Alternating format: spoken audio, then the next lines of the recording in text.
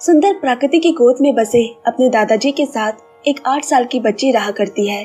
खुले आसमान और आजादी से भरे दिन वो गुजार रही होती है कि अचानक एक दिन उसकी आंटी उसे झूठ कहकर शहर के एक धनी परिवार को दे आई और शहर की 4 दीवारी में कैद होकर रह जाती है वो छोटी बच्ची। फिर उसके साथ होने लगी अजीब घटनाएं। क्या होगा उसके साथ, जानने के लिए कहानी पूरी सुने। दिल छू लेगी ये कहानी। मूवी स्ट्राइप ले आई है 2015 की हेडी, डायरेक्टर एलिन, IMDb 7.4। तो कहानी का सफर शुरू करें। कहानी शुरू हुई एक अनाथ लड़की हेडी को दिखाकर। 8 साल की हेडी के माँ बाबा को गुजरे 5 साल हो चुके हैं। हेडी काफी सालों से अपनी आंटी के पास ही रह रही थी, लेकिन अब किसी कारणवश वो हेडी को अपने साथ नहीं रख सकती। इसीलिए हेडी की आंटी उसे भीड़भाड़ इलाकों से दूर एक पहाड़ पर हेडी के दादाजी के पास लेकर आई, हेडी को उनके पास रखने के लिए। शहर के लोग उसके दादाजी से डरा करते हैं क्योंकि उनका मानना है कि उन्होंने एक बार खून किया था। लेकिन हेडी की आंटी इन सारी अफवाहों पर कान न देकर और न इस बारे में चिंता करके कि उसके दादाजी हेडी के लिए कितने खतरनाक हो सकते हैं कि नहीं, वो सीधा हेडी को उनके घर लेकर आ गई। अब पहाड़ पे चढ़ते वक्त छोटी हेडी अपने इन मोटे कपड़ों में बेआराम महसूस करने लगी। इसीलिए वो उन कपड़ों को खोल वहीं फेंक कर सामने दिखते ऊंचे ऊंचे पहाड़ और हरियाली के नजारों के लुत्फ उठाने लगी। अब जब वो लोग दादाजी के घर पर पहुँचे तो उन्होंने सीधे साफ शब्दों में हेडी को रखने से मना कर दिया। अब उसकी आंटी उसे ले जाने का नाटक करके हेडी को वहीं छिपाकर वहाँ से भाग गई। कुछ देर में दादाजी को भी समझ में आ गया कि उसकी आंटी उसे वहीं पे रखकर भाग गई है। उन्होंने उसे रोकने की कोशिश की, लेकिन आंटी उनकी एक न सुनकर वहाँ से चली गई। गुस्से से तमतमाते हुए दादाजी ने फैसला किया कि वो हेडी को यहीं पर छोड़ देंगे और फिर उन्होंने जाकर अपना दरवाजा बंद कर लिया। और कोई रास्ता न देखकर हेडी जानवरों के घर में रखे सूखे घास के ऊपर सो गई। अगली सुबह हेडी को इस तरह से सोता देख दादाजी नाश्ते में उसके लिए बकरी का दूध लेकर आए। इसके बाद वो हेडी को पास के चर्च में फादर के पास लेकर आए, जो कि एक यतीम खाना होता है। फादर ने हेडी की अच्छी से जांच परख करके दादाजी को बताया कि वो बिल्कुल ठीक है और ये भी कहा कि उन्हें हेडी का ख्याल रखना होगा, ये अब उनकी जिम्मेदारी है। मगर दादाजी ने सख्त होकर कहा कि वो हेडी को अपने पास नहीं रखना चाहते। जवाब में फादर ने कहा, अच्छा ठीक है, मैं 3 दिन बाद आकर हेडी को अपने साथ लेकर जाऊंगा। और फिर हेडी को उसके दादाजी के साथ वापस भेज दिया। वापस आकर अब की बार दादाजी उसे घर में घुसने देते हैं, लेकिन घर में सारी चीजें एक इंसान के रहने लायक ही होती है। मगर इसके बावजूद भी हेडी ने अपने लिए रहने की एक जगह ढूंढ ली, घर के ऊपर का एक छोटा सा कमरा। उसने फिर अपने दादाजी से पूछा, दादाजी क्या मैं यहाँ सो सकती हूँ? लेकिन दादाजी उसे कोई जवाब नहीं देते। मगर हेडी ने खुशी खुशी वहाँ अपना बिस्तर भी बना लिया। खाना खाते वक्त हेडी अपने दादाजी से कहती है, मैं यतीम खाना नहीं जाना चाहती दादाजी। दादा भी अचंभे से उसे देखने लगते हैं। हेडी एक खुशमिजाज, चुलबुली, हंसमुख और कभी शिकायत न करने वाली एक प्यारी सी बच्ची होती है। अब अगले दिन हेडी की मुलाकात हुई पीटर नाम के एक लड़के से। वो हर दिन दादाजी की बकरियां चराने आता है। एक दिन दादाजी ने फैसला किया कि वो हेडी को पीटर के साथ भेजेंगे और दोपहर के खाने के लिए उन्होंने रोटी और पनीर साथ में भेजी। हेडी पीटर के साथ यहाँ आकर बेहद खुश है। यहाँ बाहर आना, यहाँ घूमना, इसमें बड़ा मजा आता है। जब हेडी दूर खुले आसमान के नीचे बकरियों के संग खेल रही होती है, तब पीटर चुपके से दादाजी के दिए खाने में से कुछ रोटी और पनीर खा लेता है। जब हेडी को ये बात समझ आई तो पीटर ने सारा इल्जाम बकरियों पर लगा दिया। दोनों बातें कर ही रहे होते हैं कि अचानक 2 बकरियां आपस में लड़ने लग गई। तब पीटर उन्हें छुड़ाने के लिए लकड़ी से मारता है, जो कि हेडी को बिल्कुल पसंद नहीं आती। वो पीटर से वादा करने को कहती है कि आज के बाद से वो उन पर कभी छड़ी का इस्तेमाल नहीं करेगा, जिसके बदले में हेडी रोज अपने खाने में से आधा खाना पीटर को देने के लिए राजी हो जाती है। इसके बाद पीटर ने हेडी से कहा कि ये समझौता बस हमारे बीच ही रहेगा, क्योंकि वो हेडी के दादाजी से डरता है। अब उस दिन हेडी जब वापस घर लौट कर आई तो वो दादाजी के साथ अजीब सा बर्ताव करने लगी और वो दोबारा जानवरों के घर में सोने जा रही होती है, जिससे कि दादाजी समझ गए कि शायद हेडी ने उनके खिलाफ फैली झूठी अफवाहें सुनी है। अब उन्होंने शांत होकर हेडी से कहा, दूसरों की बातों पर ध्यान न देकर अपने दिल की सुनो और समझो कि तुम्हारे दादाजी कभी ऐसा कर सकते हैं कि नहीं। और हेडी ने अपने मन की सुनी। उसने अपने दादाजी के ऊपर भरोसा करना शुरू किया। वो दौड़कर आकर दादाजी के गले लग गई। खुशी खुशी अपने ऊपर वाले कमरे में सोने चली गई। अगले दिन वो फिर पीटर के साथ बकरी लेकर निकली और दूसरी तरफ दादाजी ने लकड़ी का काम शुरू कर दिया। हेडी ने घर आकर देखा कि डाइनिंग टेबल के सामने एक और चेयर रखी हुई है और फिर दादाजी ने कहा कि अब वो उसके साथ रह सकती है, यानी कि उन्होंने भी हेडी को मन से अपना लिया है। दादाजी के मुंह से ये बात सुनकर हेडी तो बहुत ही खुश हो गई और कुछ ही दिनों में हेडी ने दादाजी का भी दिल जीत लिया और पीटर के साथ भी उसकी अच्छी दोस्ती हो जाती है। हेडी ने अपने बाल भी छोटे करवा लिए। अगले दिन पीटर और हाइडी फिर से साथ में मैदानों और नदी में आजाद पंछियों की तरह बहुत मजे कर रहे हैं। उस दिन पीटर हेडी के घर पर ही आग के सामने बैठकर बातें कर रहा होता है। पीटर ने हाइडी से कहा, आज मेरा यहाँ आखिरी दिन है, मैं अब खेलने नहीं आ सकूंगा। हाइडी ने जब इसकी वजह पूछी तो पीटर ने बताया कि अब उसे स्कूल जाना होगा और जब दोबारा वसंत आएगी तब शायद मैं तुमसे मिल पाऊंगा। लेकिन उसने हेडी से ये कहा कि वो कभी भी उसके घर आ सकती है। अब वसंत पार होकर सर्द ऋतु आ गई। हेडी के अंदर भी स्कूल जाने की इच्छा जागी, लेकिन दादाजी उसे स्कूल नहीं भेजना चाहते क्योंकि वो जानते हैं कि सर्दियों में हेडी का शहर जाकर स्कूल पढ़ना मुमकिन नहीं है, क्योंकि जब वहाँ सर्द पड़ती है तो बाहर निकलना ही कठिन हो जाता है। क्योंकि दादाजी शहर से दूर अलग ऊंचे पहाड़ों पर रहते हैं, जहाँ से दूर दूर तक देखे तो सिर्फ बर्फ की चादर बिछी है। अब हेडी सारा दिन घर में बैठे बैठे बोर होने लगी। उसे अब एक पल भी घर पर बैठना अच्छा नहीं लग रहा। ये देखकर दादाजी ने उसे लकड़ी का एक खिलौना बना कर दिया, लेकिन वो खिलौना भी हेडी के उदास मन को ठीक न कर सका। हेडी को अभी भी उदास देख तब दादाजी ने एक ऐसा स्लेज तैयार किया जो बर्फ पे चल सकता है और फिर हेडी को लेकर उस पर घूमने निकल गए। इससे हेडी का मन भी बेहद खुश हो जाता है, उसे बड़ा मजा आ रहा है। अब दादाजी ने उसे पीटर के घर के सामने रोक दिया ताकि वहाँ वो पीटर के साथ कुछ वक्त गुजार सके। पीटर के घर पर उसकी माँ और बूढ़ी दादी रहते हैं। उनकी आर्थिक अवस्था कुछ खास अच्छी नहीं होती क्योंकि पीटर के बाबा नहीं रहे। इसके बावजूद पीटर की माँ उसे पढ़ाने के लिए हर मुमकिन कोशिश कर रही है। अब खाना खाने के समय हेडी ने अपनी पाव रोटी पीटर की दादी के प्लेट में रख दी। पीटर की दादी अंधी होती है। उन्होंने ब्रेड को छूकर कहा, इतनी सख्त पाव रोटी मैं खा नहीं सकती। ये सुनकर हेडी को बूढ़ी दादी के लिए बुरा लगता है। सारा दिन उनके साथ गुजारने के बाद शाम को दादाजी उसे अपनी कंधों पे लेकर वापस घर को लौट रहे होते हैं। अपने दादाजी को कस से पकड़ते हुए उसे समझ आया कि वो कितनी नसीब वाली है। ऐसे ही समय गुजरने लगा। दादाजी और हेडी दोनों साथ में बहुत अच्छा वक्त गुजारते हैं। सब कुछ अच्छा चल रहा था कि अचानक एक दिन उसकी आंटी दोबारा हाजिर हो गई। उन्होंने दादाजी को बताया कि वो हेडी को वापस ले जाने आई है और बोली, मुझे शहर में एक बहुत ही अच्छा परिवार मिल गया है जहाँ सिर्फ हेडी को एक लड़की के साथ खेलना है और साथ ही वहाँ उसकी पढ़ाई लिखाई भी होगी। अगर वो उनके साथ रहे तो उसका भविष्य संवर जाएगा। मगर दादाजी को उसकी कही किसी भी बात पर यकीन नहीं है और उन्होंने हेडी को ले जाने से मना कर दिया। अब आंटी अपने किए उस हरकत पर शर्मिंदा होने का नाटक दिखाकर एक बार फिर से वो दादाजी को बेवकूफ बनाने में सफल रही। वो वहाँ से चले जाने का नाटक करके हेडी की खोज पर निकल पड़ी और उसने हेडी को पीटर के साथ खेलता हुआ देख लिया।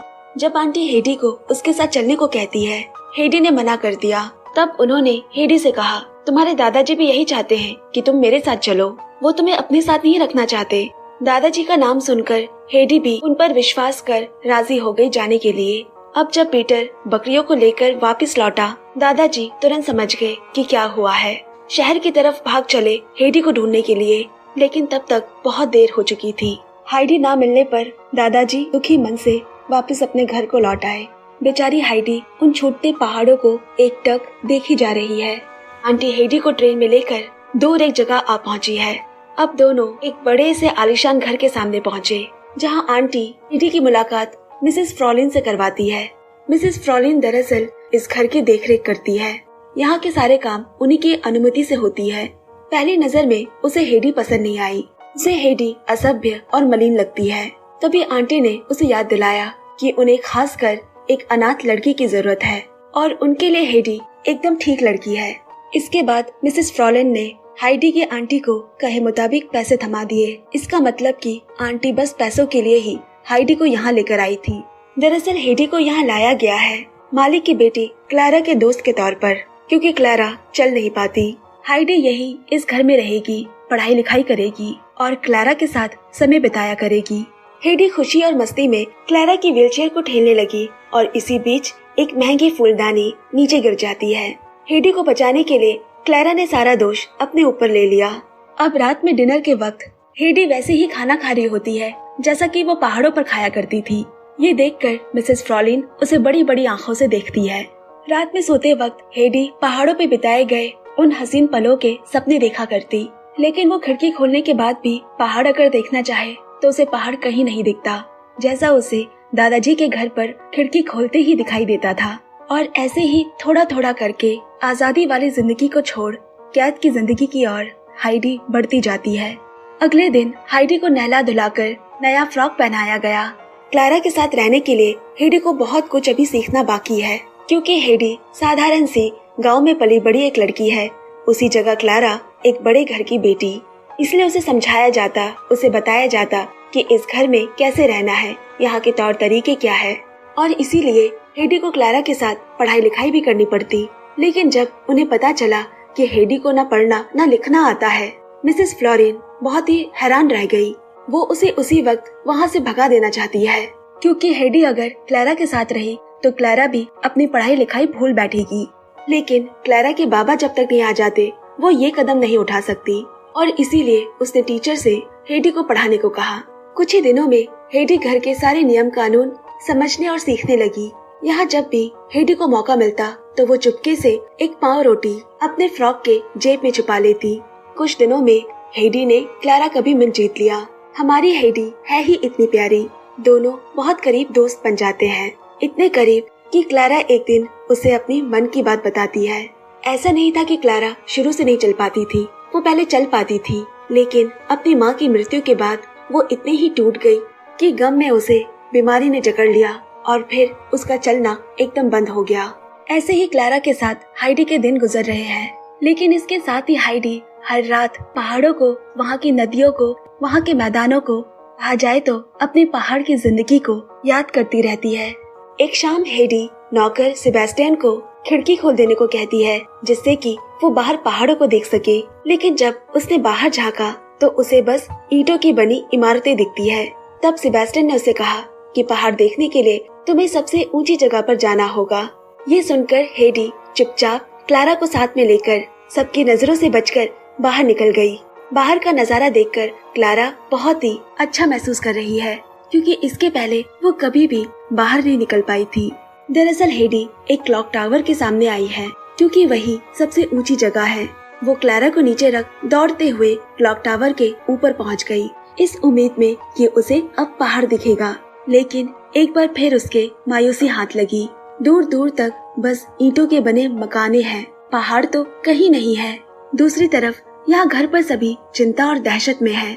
जब उन्हें पता चला कि दोनों लड़कियाँ खो गई है, सभी नौकरों को इधर उधर भेजा गया उन्हें ढूंढने के लिए। साथ में सेबेस्टियन भी रहता है, और आखिरकार सेबेस्टियन ने उन दोनों को ढूंढ लिया। वापस घर लौटकर मिस फ्रॉलिन हेडी के ऊपर बहुत गुस्सा करती है।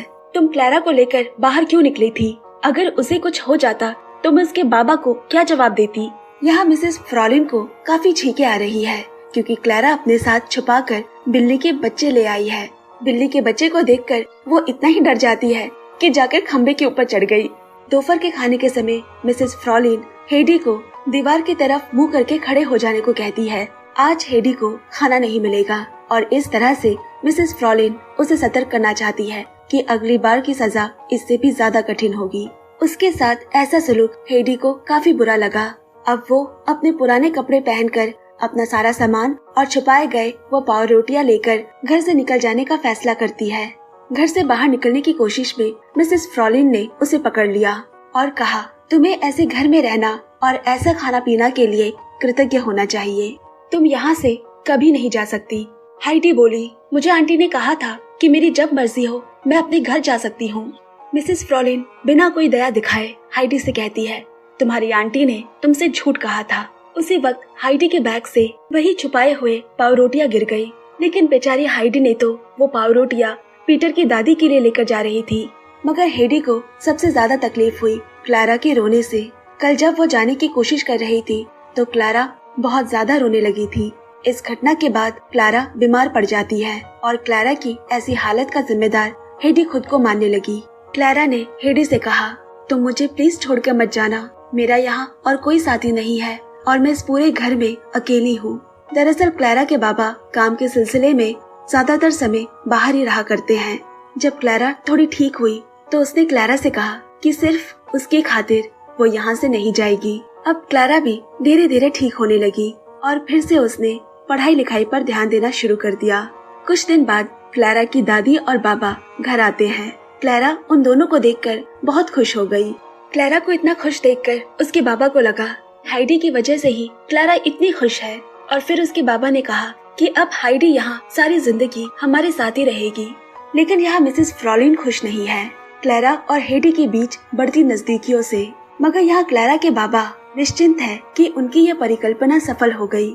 लेकिन मिसेस फ्रॉलिन उन्हें समझाने की कोशिश कर रही है कि हेडी एक मनमौजी लड़की है और पढ़ाई लिखाई पर बिल्कुल ध्यान नहीं देती। क्लारा के भविष्य के लिए उसका हेडी के साथ रहना अच्छा नहीं है।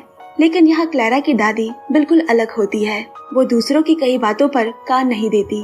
वो पहले सब कुछ अपनी आंखों से देखना चाहती है और समझना चाहती है। उस रात उसने हेडी को सोने जाने से पहले एक कहानी सुनाई, लेकिन जानबूझकर उन्होंने कहानी खत्म नहीं की, इस उम्मीद में कि हेडी आगे की कहानी जानने के लिए खुद से ही पढ़ने की कोशिश करेगी। और तब हेडी ने कहा कि उसे पढ़ाई लिखाई नहीं करनी, क्योंकि एक बार उसे पीटर ने कहा था कि पढ़ाई लिखाई करने का कोई मतलब नहीं है। हेडी के मुंह से ऐसी बातें सुनकर दादी ने उसे समझाया कि लोग कुछ भी कहे वो सारी बातों पर विश्वास ना करके पहले खुद सोच विचार करके देखे।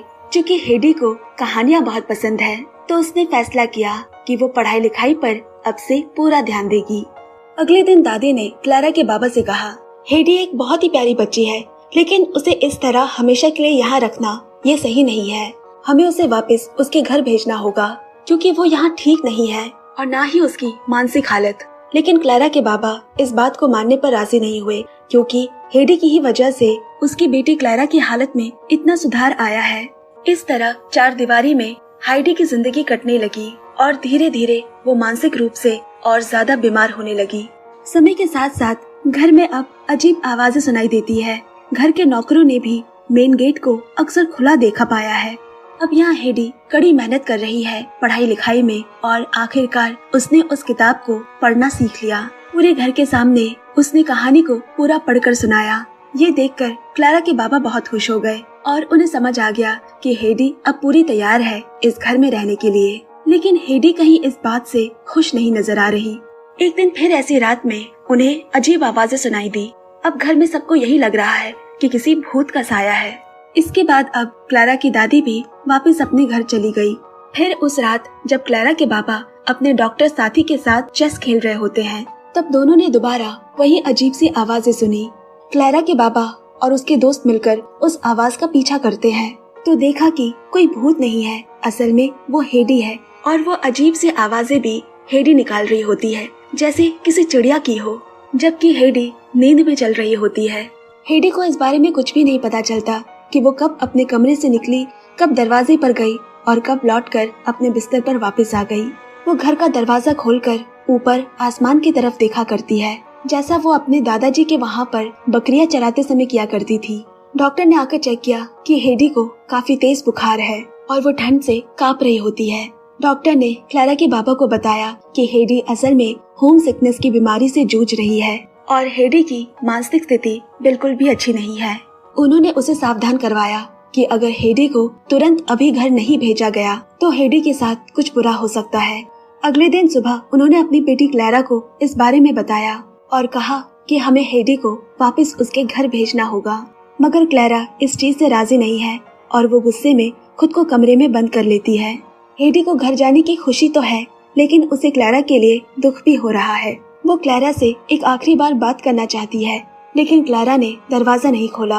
आखिरकार हेडी के जाने का वक्त आ गया और जाने से पहले उसने क्लारा के बाबा को अपना वही खिलौना दिया जो उसके दादाजी ने उसे बना कर दिया था और क्लारा से वादा किया कि वो उससे दोबारा मिलेगी।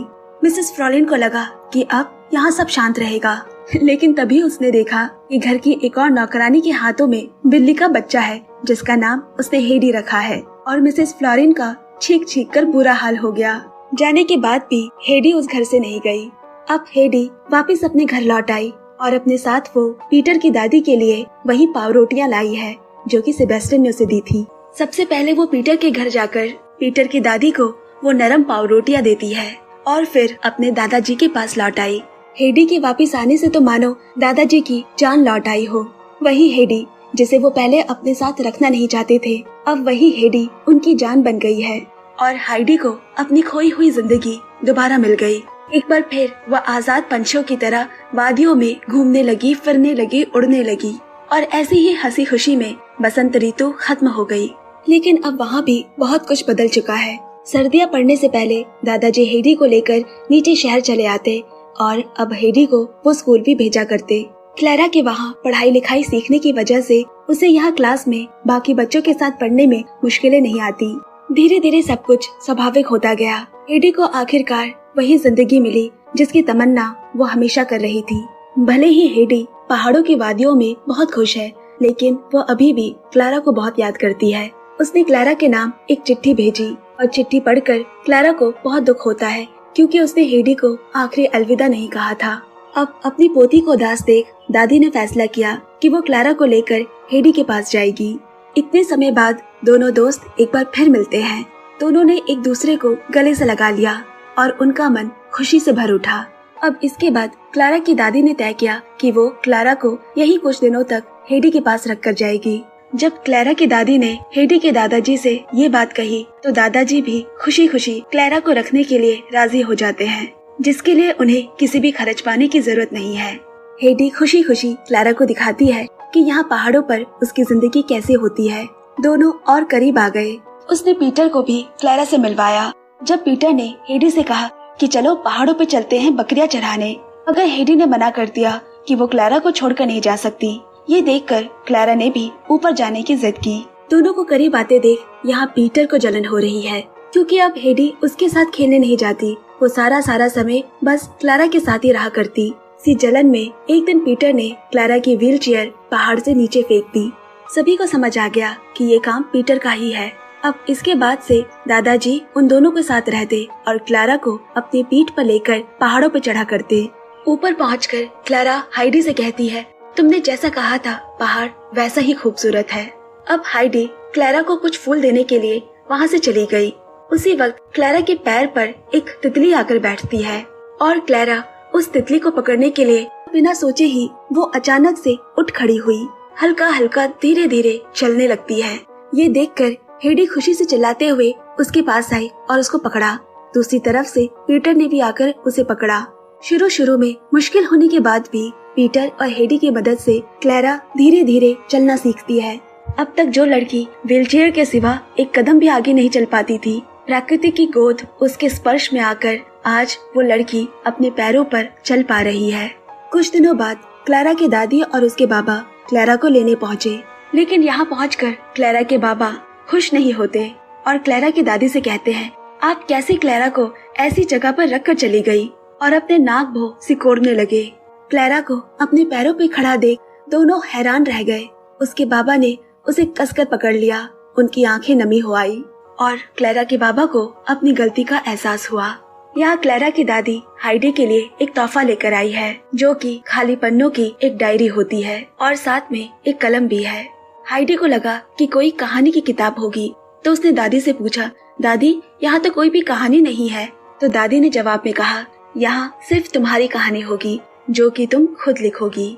अब क्लारा के जाने का वक्त आ गया। दोनों ने एक दूसरे से वादा किया कि वो दोबारा मिलेंगे।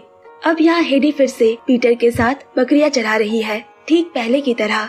लेकिन अब वो एक और चीज करती है। काम खत्म होने के बाद वो उसी डायरी में अपने शब्द उतारती है और इसी सुंदर दृश्य के साथ ये कहानी भी यही खत्म हो जाती है। दोस्तों, अगर कहानी आपके भी दिल तक पहुँची हो तो जरूर इस वीडियो को लाइक और शेयर कर दे। कमेंट्स में हमें बताएं और नए हो तो चैनल सब्सक्राइब और बेल आइकन प्रेस करके पक्के से जाए। आप सबका सपोर्ट और प्यार ही हमें आगे बढ़ने में मदद करेगी। Bye bye and take care.